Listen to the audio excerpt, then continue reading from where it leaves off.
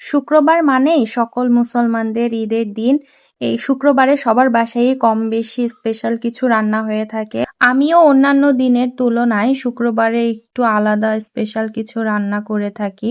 আজকে কি রান্না করব সেটাই ভাবতেছিলাম, কি রান্না করা যায়। বাসায় কিছু পোলাওর চাল ছিল, তো এই চালগুলোকে আমি একটা বাটিতে করে নিয়ে সুন্দর করে ধুয়ে নিচ্ছিলাম।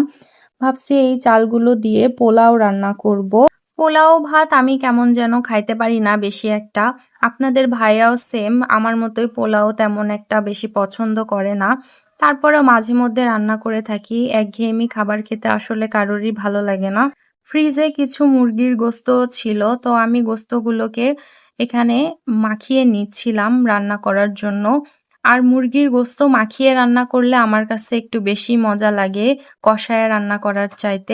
মুরগির গোস্তগুলো আমি কড়াইতে দিয়ে এরপরে বাটা মসলা দিই। আর আমি মসলা সবসময় বেটে একটু ফ্রিজে এক্সট্রা করে রেখে দিই, যেন রান্নার সময় চটজলদি তাড়াতাড়ি করে রান্না করে ফেলা যায়।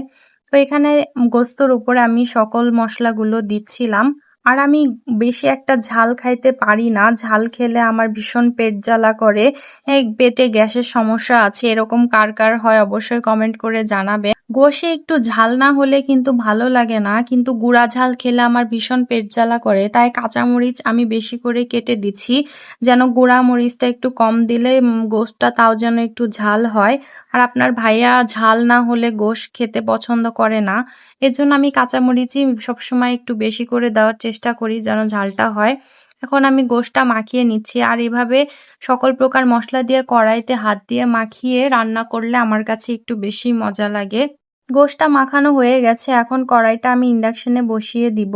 এবার কিছু সময় গোশটা চুলায় কষিয়ে নিয়ে গোশ থেকে যখন তেল ছেড়ে দেবে তখন আমি ঝোল দিব।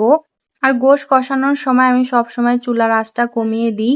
এই দেখেন এদিকে আপনার ভাইয়াও আজকে আমাকে রান্নায় হেল্প করতেছে। সে বরাবরই আমাকে সবসময় রান্নায় হেল্প করার চেষ্টা করে। আমরা যে কোনো কাজই দুজনে ভাগাভাগি করে মিলেমিশে কাজ করার চেষ্টা করি। আপনার ভাইয়া এদিক থেকে আমাকে খুবই পজিটিভ হেল্প করে থাকে। এদিক থেকে বলা যায় আমি খুবই লাকি একজন পার্সন। আলহামদুলিল্লাহ, সে সবসময় আমাকে সাপোর্ট করার চেষ্টা করে, যে কোনো কাজে হেল্প করে।